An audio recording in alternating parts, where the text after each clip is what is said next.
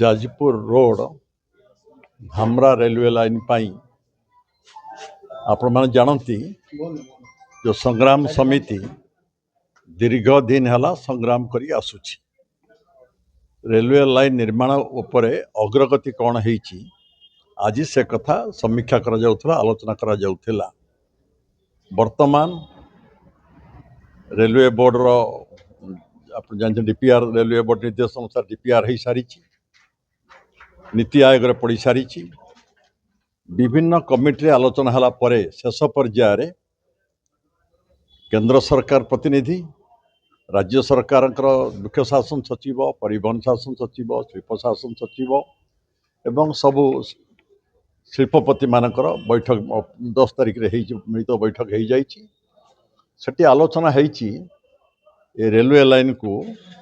सरकार निजे करिवे कि पीपीपी मोड रे करा जीवो चर्चा होइछि तापर बोध अधिक आलोचना हब याकू पीपीपी मोड रे करिवे कि कौन आप सरकार पूरा बजेट टंका दे करिवे। आमर दरकार रेलवे लाइन सरकार निजे कले बहुत भल नकरी पारि जदि जो पब्लिक प्राइवेट पार्टनरशिप सरकार रहिबे प्राइवेट कंपनी मान रहिबे मिलित भाव में करेंगे हेले भी स्वागत योग्य यथेष्ट अग्रगति होइछि रेलवे लाइन निर्माण ए दिगरे मध्य सांसद भी सहयोग हाथ बढ़ाई अन्य आमे मुख्यमंत्री सहित केंद्र मंत्री सहित आम बाटे जोगाजोग करुचु राज्यपाल